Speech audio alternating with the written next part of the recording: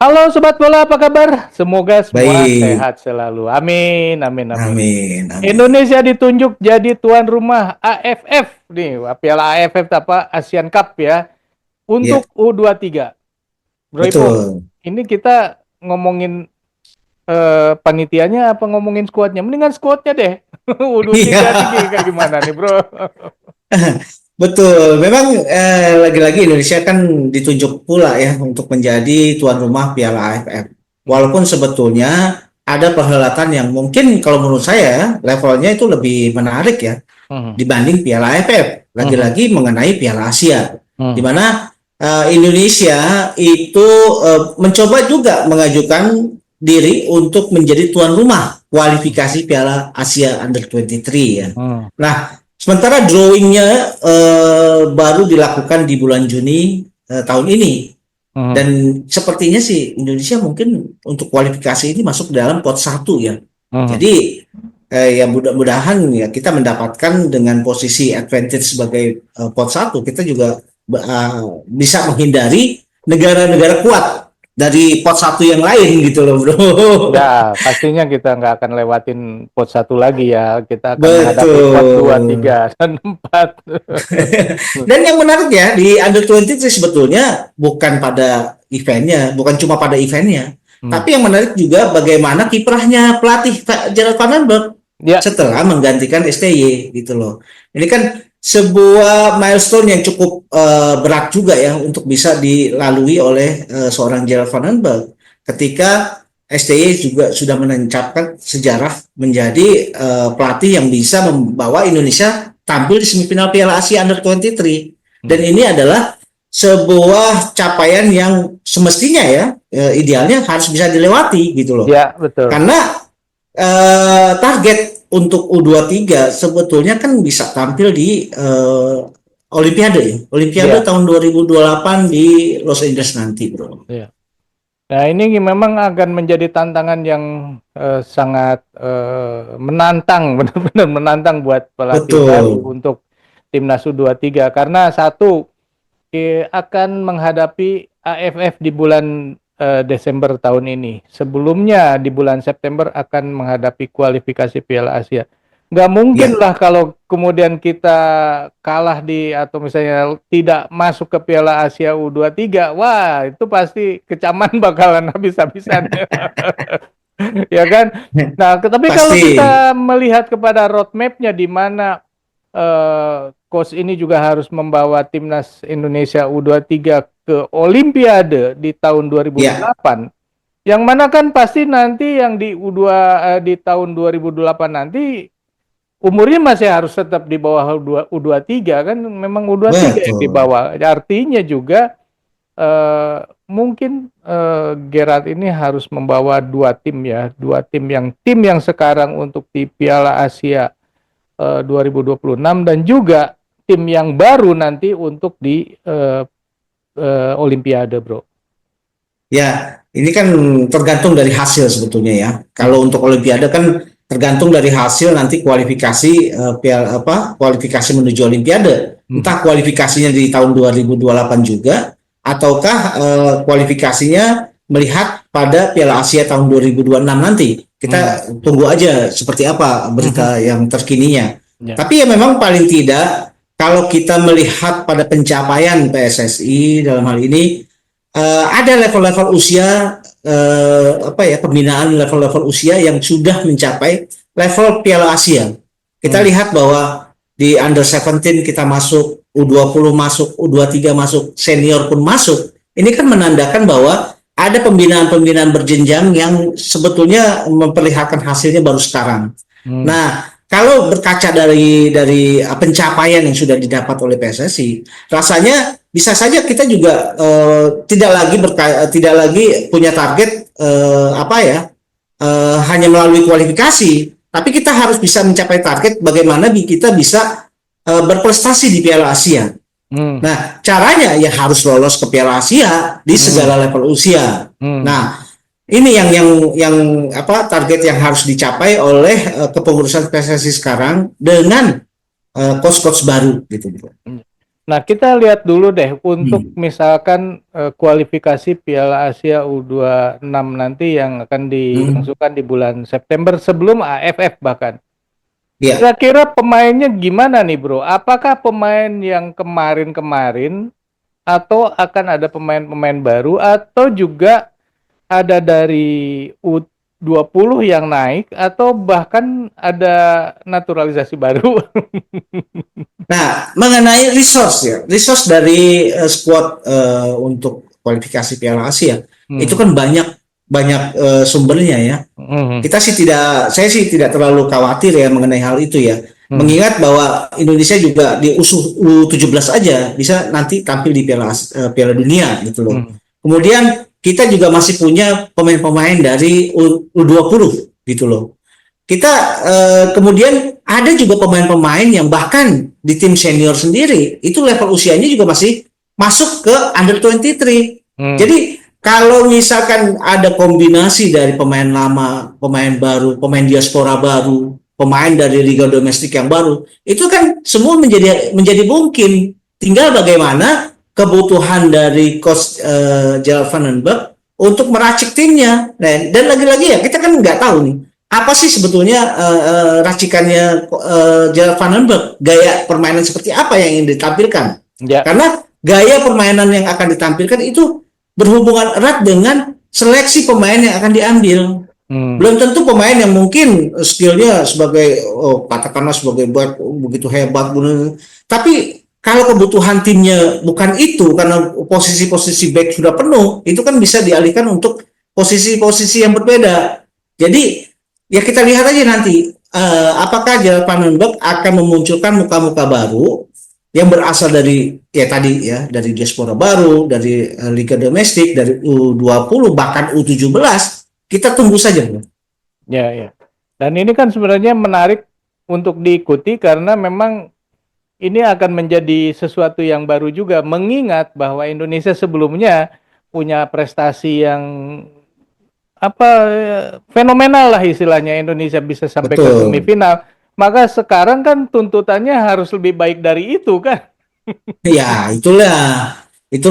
Makanya Gerald Van den Berg juga harus hati-hati ya dengan pencapaian atau target yang dibebankan kepada dia. Makanya dia juga harus dengan cermat memilih pemain-pemain yang memang dibutuhkan. Hmm. Nah, kan bukan tidak mungkin bahwa kalau kebutuhannya tidak bisa dipenuhi dari pemain-pemain yang ada di liga domestik atau pemain-pemain dia ini ya domestik lah katakanlah ya. Hmm.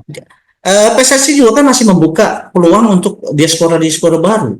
Hmm. Sekarang kita kan bisa lihat ada selain Jens Eleven yang sudah bermain, masih ada Dion Max, ada Tim Gapen dan ada beberapa pemain diaspora baru yang mungkin saja ini memang dibutuhkan pada saat apa kompetisi ini akan dilangsungkan. Jadi kita sih rasanya untuk resource Hmm. saya tidak terlalu khawatir ya mengenai hal itu. Ya, tapi kita lihat pengalaman kemarin ya di senior ya, ketika di Hmm. Australia dengan gaya permainan yang berbeda, kemudian hasilnya jeblok, Ya. hancur gitu ya. Hmm.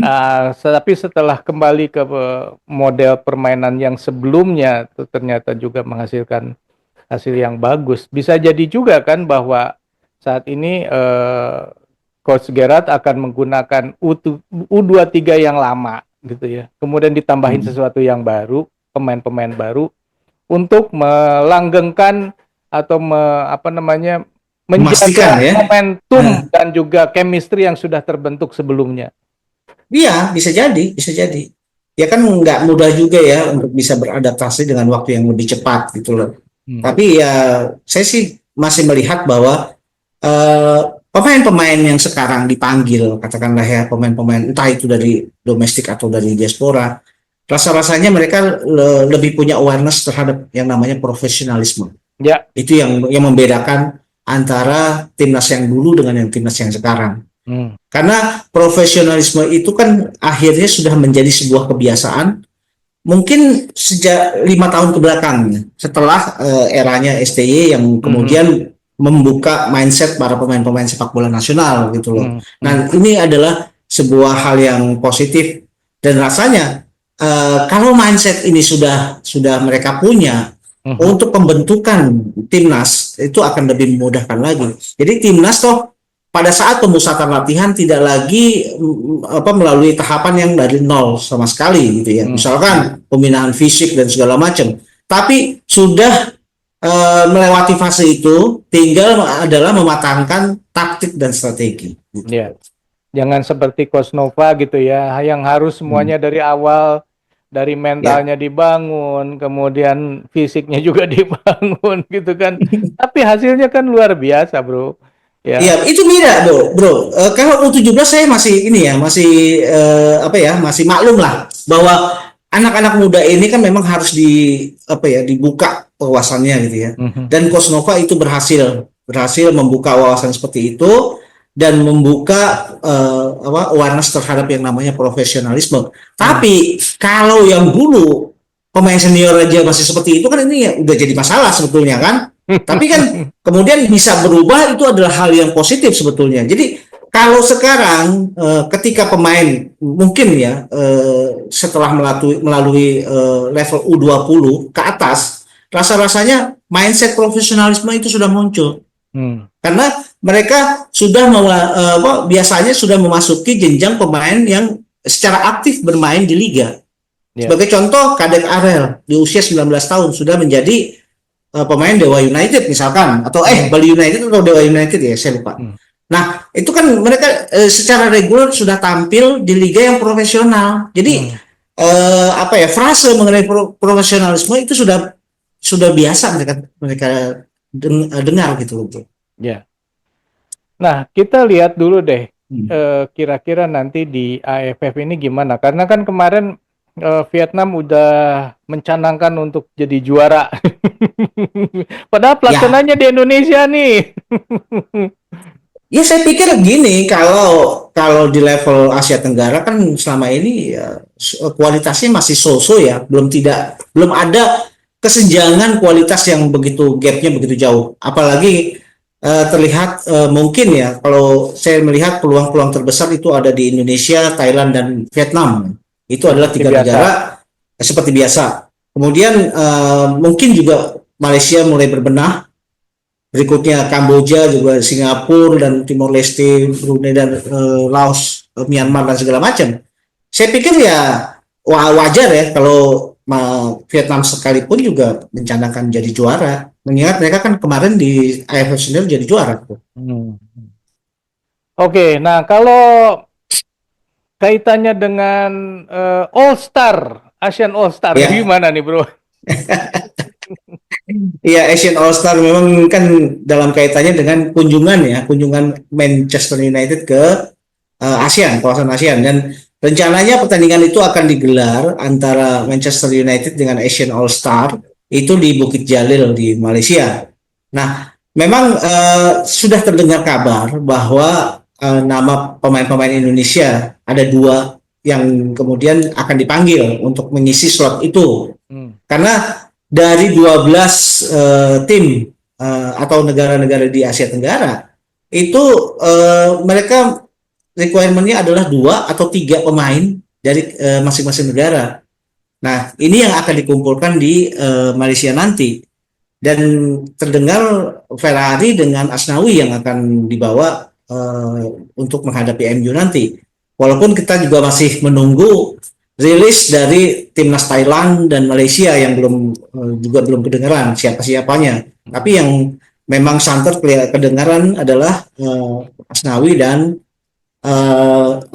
Ferrari di Indonesia, dan Nguyen Quan Hai juga ada dari Vietnam. Sementara kita masih menunggu apakah Arif Aiman nanti akan dipanggil. Walaupun yang terdengar adalah Sergio Aguero, kita belum tahu ya. Kemudian apakah nanti ada pemain-pemain dari Timor Leste? Ada, kalau nggak salah pemain Timor Leste ini mungkin pemain diaspora Timor Leste yang juga sudah dipanggil untuk menghadapi event itu. Sementara banyak pemerhati atau pundit-pundit sepak bola dari ASEAN itu mengharapkan sekali ya bahwa Jay Itzes tampil sebagai kapten Asian All Star menghadapi MU. Tapi kayaknya sih nggak bisa dipenuhi ya target untuk menghadirkan Jay Itzes, karena Jay Itzes sendiri juga lagi sibuk di Liga Serie A Italia gitu. Kemungkinannya bukan soal itu sih bro. JISS tidak akan diberikan oleh timnas Indonesia karena harus menghadapi eh, babak kualifikasi. Kan kejadiannya kalau tidak salah mirip-mirip ya tanggalnya, dan Ya, juga tentunya JISS akan lebih diperlukan oleh timnas Indonesia karena Indonesia akan menghadapi laga yang sangat penting di bulan Juni nanti. betul. Itu kan hanya secara diplomatis ya, menyatakan bahwa apa liga masih Serie A masih bergulir, walaupun sebetulnya mungkin yang Bro Eri sampaikan itu alasan yang paling betul ya, Ya, karena Indonesia juga kan harus harus ini ya bersiap diri juga menghadapi kualifikasi fase ketiga Piala Dunia nanti gitu, Bro. ya. Nah, yang menarik nanti apakah kemudian Asnawi juga yang dulu pernah head to head dengan Garnacho akan kembali ketemu juga dengan Garnacho. Nah, ini Garnacho waktu itu tidak sanggup melewati Asnawi gitu loh, Bro. Hmm. Ini menarik, Bro.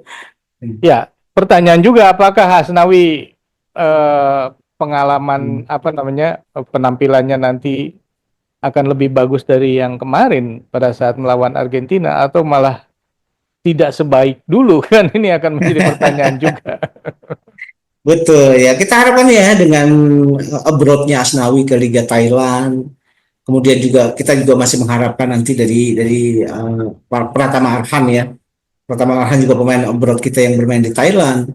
Mudah-mudahan aja mereka juga punya jam terbang yang lebih tinggi, kemudian menambah pengalaman juga menghadapi orang-orang baru, kemudian proses adaptasi dan mencari chemistry terhadap klub-klub yang baru di kawasan ASEAN. Ya, mereka mungkin itu menjadi bekal secara mentalitas gitu tuh. Oke sobat bola, itulah obrolan kita ya mengenai timnas U23 dan juga kita nyerempet-nyerempet ke All Star ya, Asian All Star. Dan Ya. kalau menurut sobat sendiri nih untuk yang U23 nanti di AFF ini akankah coach baru kita membawa Indonesia jadi juara atau mungkin enggak, belum ya? Belum atau seperti apa ya? Silakan tulis di kolom komentar. Sekian dulu Oke, obrolan kita lanjut di obrolan lain. Sampai jumpa. Bye. thank you bro.